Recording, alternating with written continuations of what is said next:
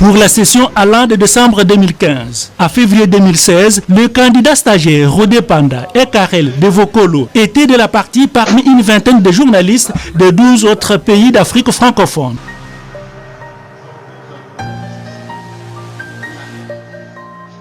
Plusieurs modules étaient organisés selon les filières journalistiques ou techniques informatiques telles que la science des langages ou analyse des discours médiatiques, production et réalisation du journal télévisé, ainsi que le montage vidéo avec le logiciel Final Cut, la transmission en direct, l'émetteur extérieur, pour ne citer que ça.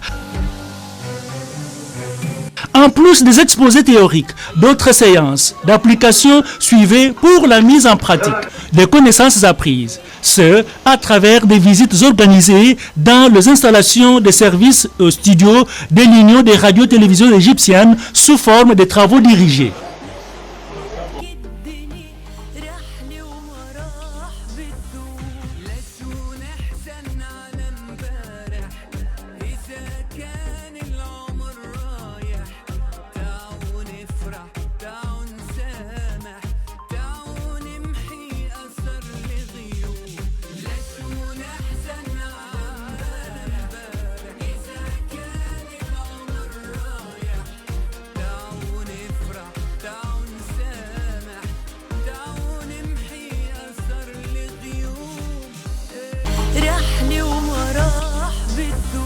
Dans le cadre d'exercices pratiques professionnels, d'autres visites étaient effectuées dans les installations du Nilsat.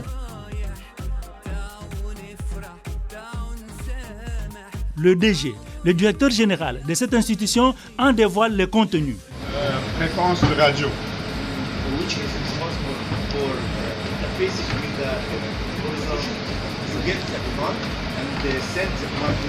Ils reçoivent les commandes et les transmettent pour le satellite. Et vice versa, reçoivent les informations du satellite et les transmettre satellite et transmettre à la station. Comme la boîte de réception pour les chaînes à la télé.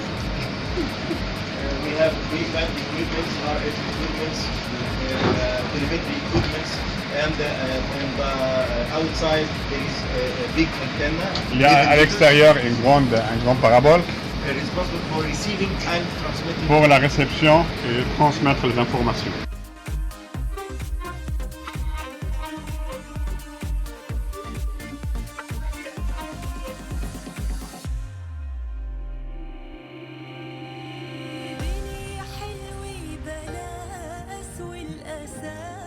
Après les Nilsat, la prochaine découverte a été la cité de production médiatique de l'Égypte.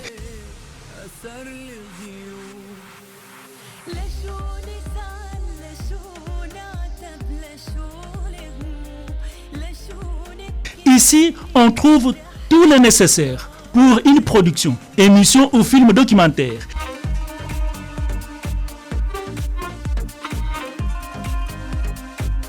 Dans ces quartiers médiatiques, dont la concession s'étend sur environ 2 millions de mètres carrés,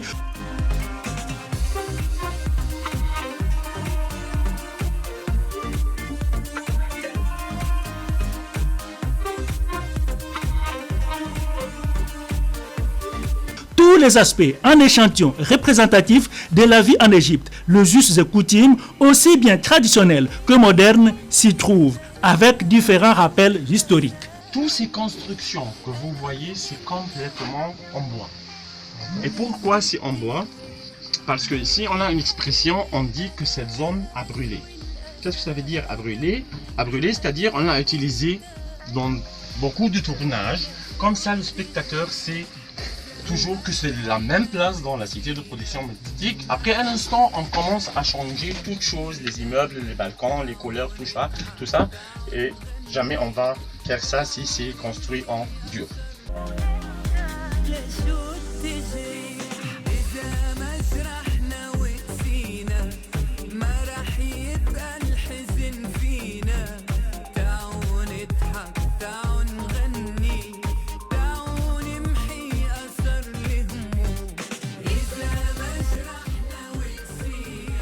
Les enseignements entre les 4 murs de l'auditoire ou les visites de pratiques professionnelles ne sont pas la seule occupation des stagiaires, journalistes communicateurs africains du monde francophone.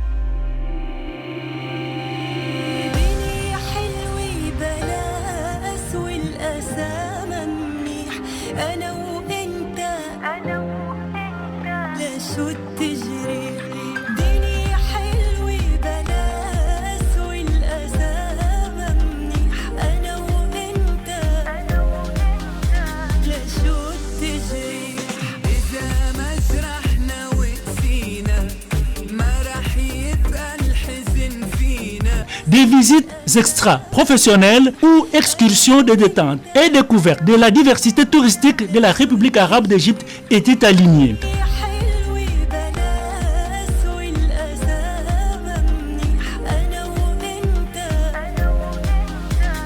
À tout seigneur, tout honneur, la préséance spirituelle a prédominé sur cette ronde touristique. Le site religieux chrétien ou musulman ont ouvert les bals, suivis des pyramides, site générique du tourisme égyptien.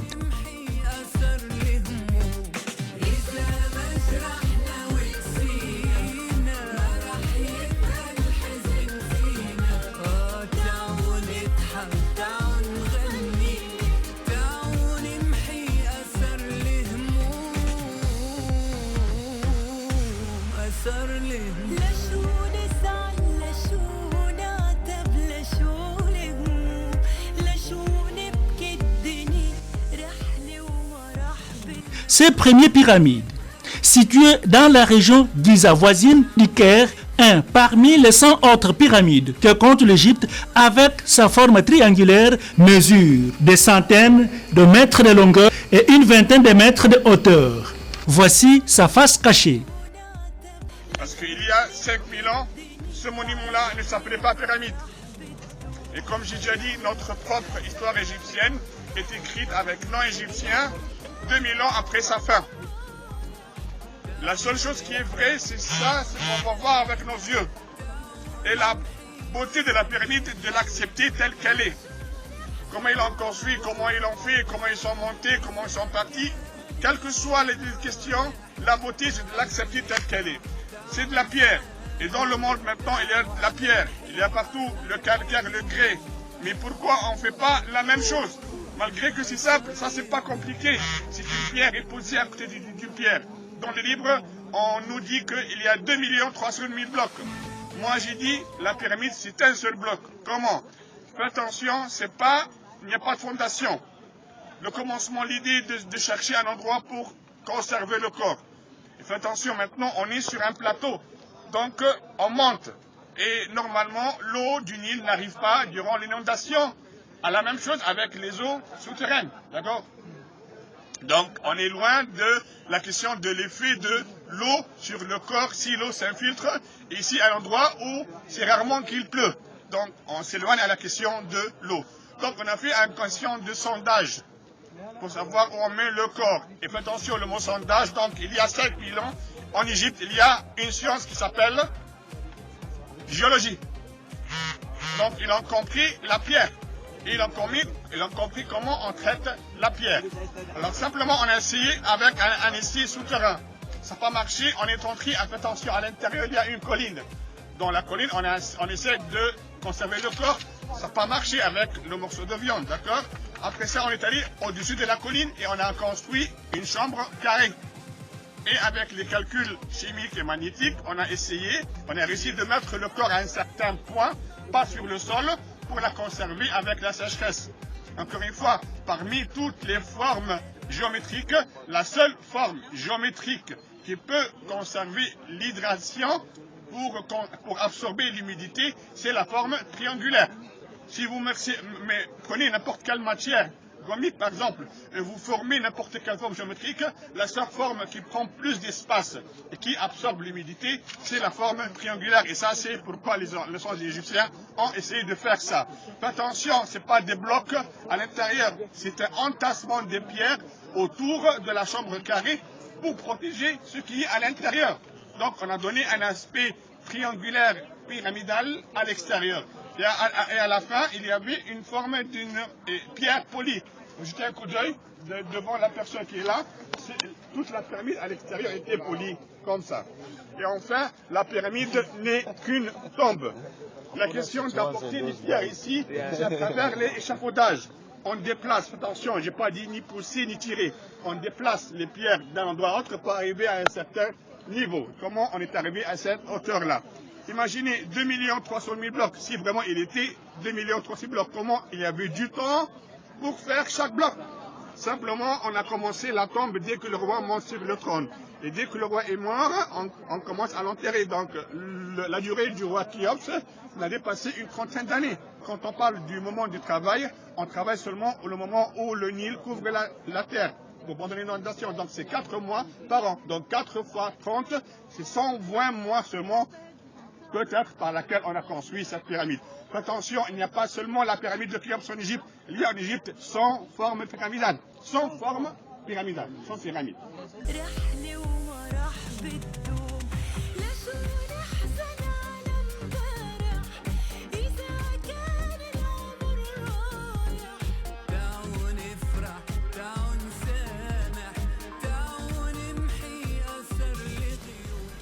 L'Égypte est une nation fondée sur la croyance. Pays originellement chrétien avec les Romains, jusqu'vers le 7e siècle avant de basculer du côté islamique par l'avènement des Arabes.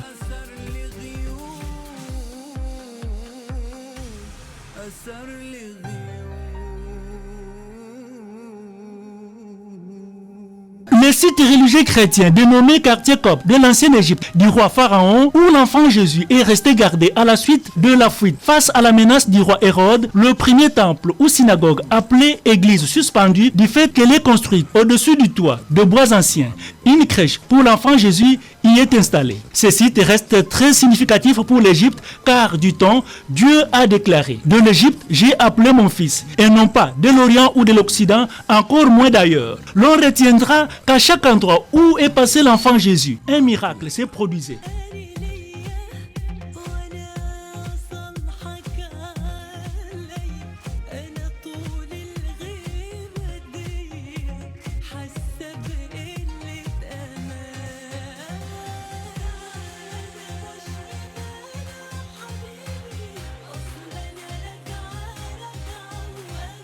La mosquée placée à 100 mètres du quartier copte, première mosquée égyptienne et africaine construite en l'an 640, sans oublier les citadelles ou les mosquées à l'image des mosquées turques construites au XIe siècle avec les rois colonisateurs turcs. Et cette mosquée-là, c'est la première mosquée en Afrique et bien sûr, c'est la première mosquée en Égypte. La direction de la prière, c'est vers le sud-est, vers le côté de la Mecque. Bien sûr, la mosquée est récemment restaurée. Les dernières restaurations datent de 2010, mais les premières restaurations datent de 640. Et ici, vous voyez là, on n'impose pas la religion à personne. Chacun est libre d'entrer, chacun est libre de sortir.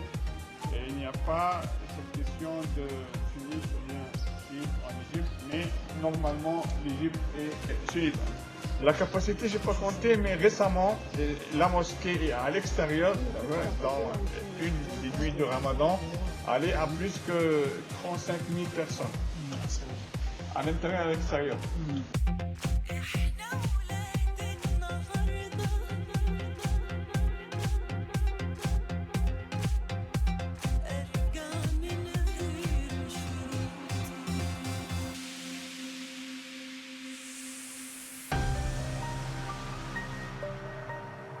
Dans ces parcours touristiques, il y a eu l'Académie de la police, centre de recherche et d'études supérieures qui reçoit plusieurs candidats, cadres et agents de la police et de sécurité d'autres pays africains.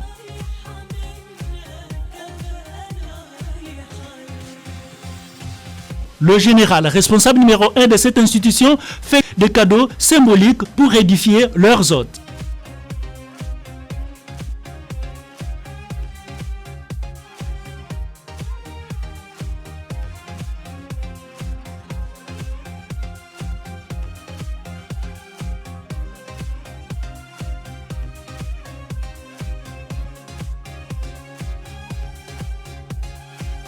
Le ministère de l'Intérieur et Sécurité avec son dispositif de production médiatique. Si un programme de télé évoque un sujet sécuritaire ou un sujet concernant le ministère de l'Intérieur, on fait une coordination directe avec le programme et le porte-parole du ministère de l'Intérieur fait une intervention téléphonique avec le programme pour clarifier tout ce qui est évoqué à propos du ministère de l'Intérieur. Et à ce moment, on doit être très vigilant et on doit faire le suivi 24 heures sur 24 de tous les programmes.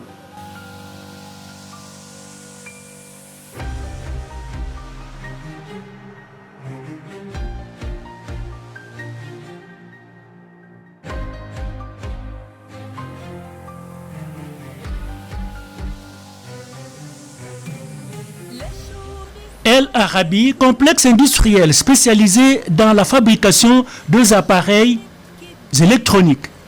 L'usine El Arabi qui travaille en collaboration avec Toshiba actuellement, l'usine est implantée dans une ville qui s'appelle El Koucha.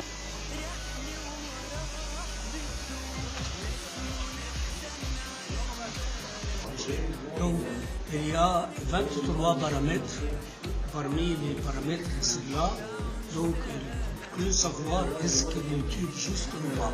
Si il y a un paramètre qui ne va pas, on va donner une parole pour les fabricants pour savoir comment corriger le paramètre.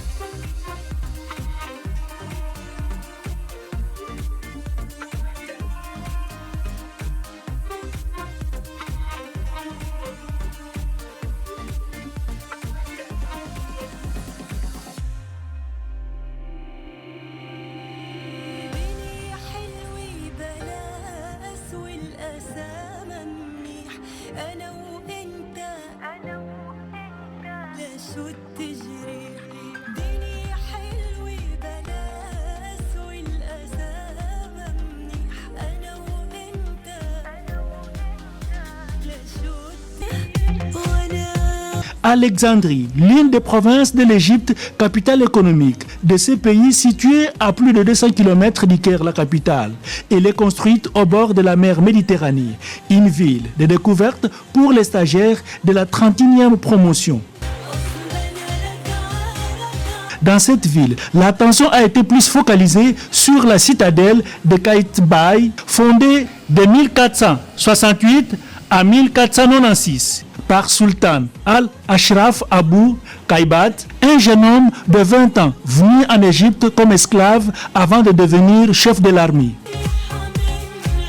Cette citadelle marque son histoire du fait qu'elle est placée à l'entrée du port de la pointe de l'île de Pharos et érigée sur l'emplacement exact du célèbre phare d'Alexandrie qui était l'une de sept merveilles du monde antique. Elle est considérée comme l'une des plus importantes places fortes défensives, non seulement en Égypte, mais aussi le long de la côte de la mer Méditerranée. Au XVe siècle, après Jésus-Christ, ce site fut le système de force d'Alexandrie. Ce site où l'on a placé un château et une mosquée garde une image très symbolique de grande portée pour la ville d'Alexandrie en particulier et l'Égypte en général pour les rôles joués dans le temps en servant de bouclier ou de cachette non seulement pour la famille du roi et de ses combattants, mais aussi il servait de prison pour les princes et des hommes d'État. À partir d'ici, au travers des petites ouvertures à canons, on pouvait facilement combattre ou abattre les ennemis qui essentiellement étaient des Turcs ottomans. Bombardée par les Britanniques en 1883, cette citadelle n'a pu être restaurée qu'au XXe siècle.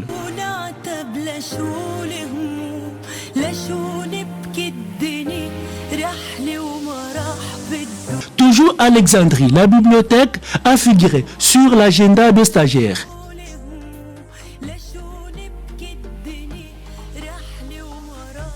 Et cette bibliothèque d'Alexandrie est une bâtisse, mieux un centre culturel pour la crème intellectuelle du monde, construite en forme d'une colline versant dans la mer Méditerranée. Réhabilitée depuis 1995 en mémoire de l'ancienne bibliothèque antique. Son inauguration par le président Moubarak est intervenue le 6 octobre 2002. Elle dispose alors d'une plus grande salle de lecture au monde. De ces 11 étages, 7 offrent 200 places assises et 180 salles d'études devant héberger à terme 8 millions d'ouvrages. Elle est placée de ce fait troisième après la bibliothèque du Congrès aux États-Unis d'Amérique avec ses 34 500 000 ouvrages et la bibliothèque François Mitterrand à Paris avec 20 millions d'ouvrages. Elle est trilingue, c'est-à-dire l'arabe, l'anglais et le français contiennent ce livre. Des milliers d'ouvrages peuvent être consultés en ligne par voie électronique.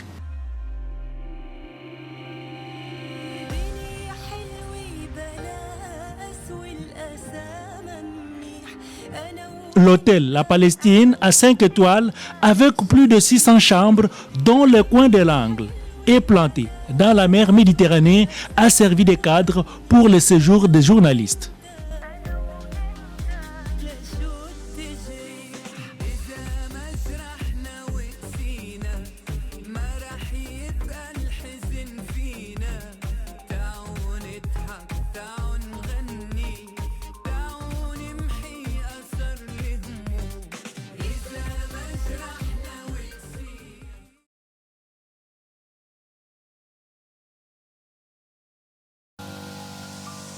Le musée national égyptien a satisfait la curiosité des stagiaires. L'historique de chacun de ces sites est relaté par le guide touristique et a suscité beaucoup d'intérêt.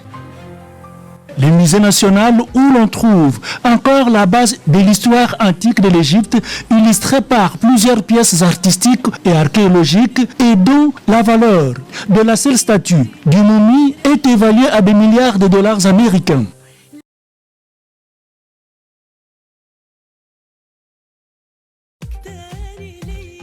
Hurghada, qui tire son nom d'un arbre Garkad se trouvant sur ces lieux, un autre site touristique du pays des pharaons, situé au bord de la mer Rouge, au nord de l'Égypte, à plus de 500 km du Caire, la capitale.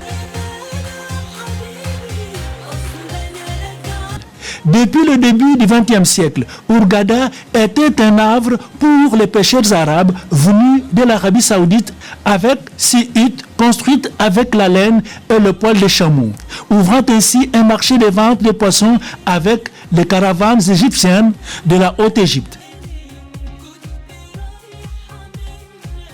Après la découverte en 1931 du pétrole dans les sols de cette région et avec l'implantation des raffineries de pétrole, le site est devenu très intéressant. Le développement touristique a atteint son ascension vers 1980.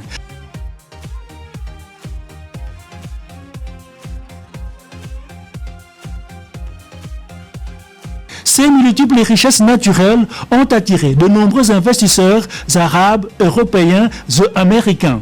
L'expansion et l'essor, qui est parti de 20 à 80 000 habitants, on enregistre aujourd'hui 140 000 habitants.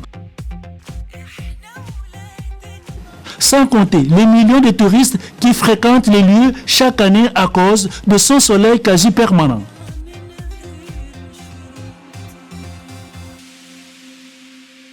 « 145 hôtels de 4 ou 5 étoiles, 73 000 lits et 38 000 employés fait de Hurghada une destination de référence.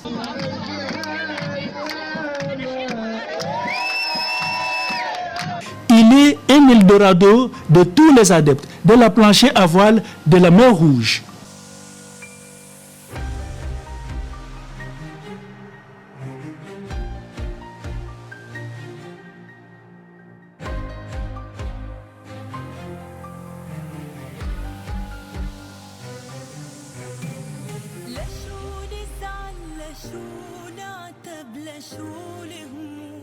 Ici, à Hurghada, l'hôtel La Rose du désert, construit au bord de la mer Rouge avec plus de 900 chambres réparties dans au moins 9 bâtiments en étage, a servi de logement avec multiples spectacles aux visiteurs.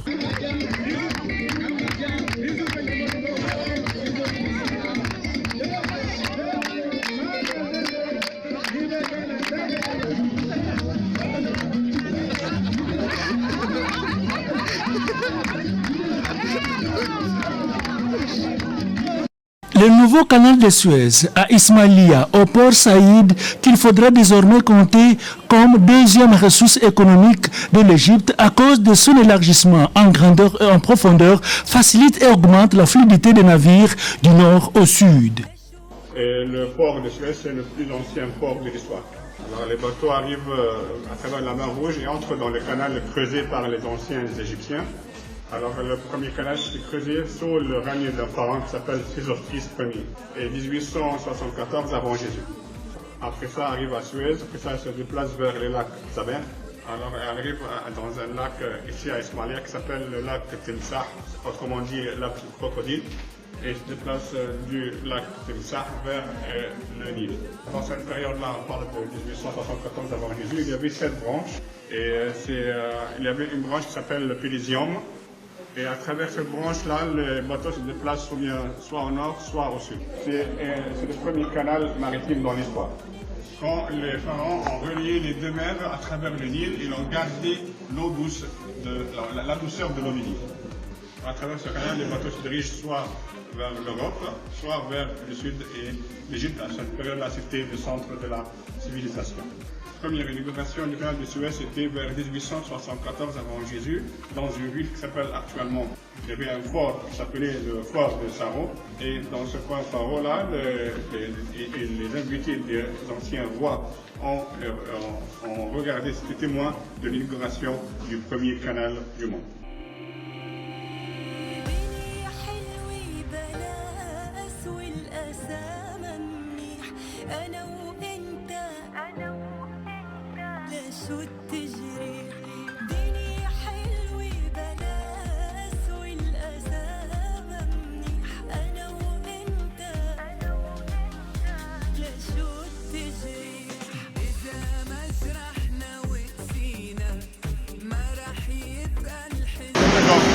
A décidé de commencer un projet et a demandé à son peuple de lui aider. Et le peuple a accepté parce que le peuple pouvait dire non, on est en cas de guerre, notre action on peut garder chez soi et c'est vous comme gouvernement, c'est votre choix de faire ce projet-là. Mais non, c'est le peuple qui a insisté là. Alors, ce que vous voyez maintenant, pourquoi c'est un projet financier par un peuple, parce que le peuple avait confiance en son président. Si le peuple n'avait pas confiance en son président, on n'allait jamais avoir le commencement du projet. Ils ont donné de l'argent sans savoir où cet argent-là va aller, seulement parce qu'il fait l'appel, son président-là, il n'a jamais allé pour le président, il a accepté l'appel. On est devant un travail exécuté dans une question. Quand même, et déjà même, si vous voulez parler des gens qui sont contre le projet, les gens étaient contre le projet avant le commencement et seront contre le projet après la fin. Ce n'est pas la question du projet, c'est la question des gens qui sont contre l'intention. L'intention, ce n'est pas la question du projet. Ce projet-là, ce n'est pas un projet d'aujourd'hui, de demain, le projet, ce n'est pas un passage. Le projet qu'après le passage, les bateaux vont s'arrêter et faire leur maintenance ici en Égypte au lieu de le faire ailleurs.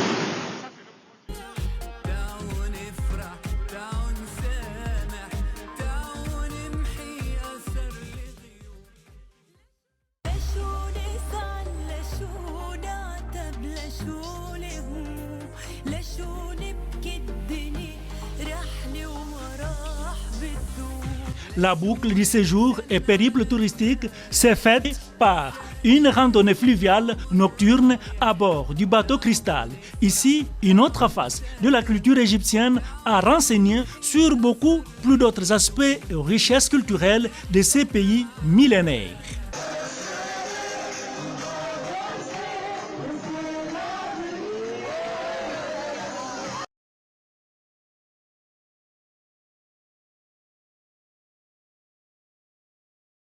C'est dans cet amphithéâtre du bâtiment de la chaîne publique égyptienne, l'Union des radios-télévisions égyptiennes, abritant également le ministère de l'Information et Médias, qu'a été organisée la cérémonie de clôture des stages et remise des diplômes aux stagiaires journalistes et communicateurs africains francophones, venus de 12 pays. La rédaction et la présentation d'un bulletin d'information, la production et réalisation des émissions, la déontologie et la responsabilité sociale du journaliste, les techniques de programmation radio-TV pour les journalistes, la structure technique des médias, l'exploitation du microwave dans les transferts des signaux, l'utilisation du logiciel de montage vidéo Final Cut pour les techniciens. Voilà qui a constitué l'essentiel des matières exploitées. Cela a valu pour ces professionnels des médias une bonne remise à niveau qui vient renforcer les capacités professionnelles et enrichir les connaissances dans la communication médiatique de la production à la diffusion. Deux temps forts ont assaisonné l'événement.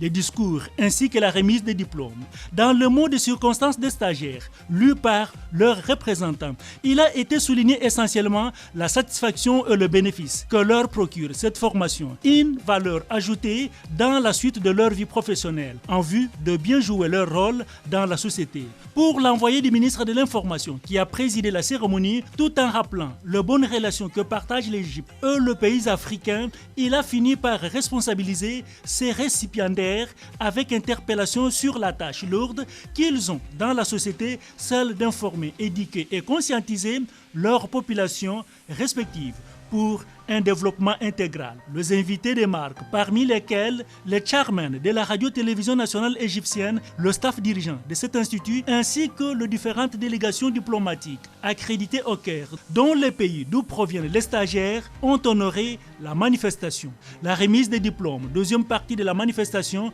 a clôturé la cérémonie.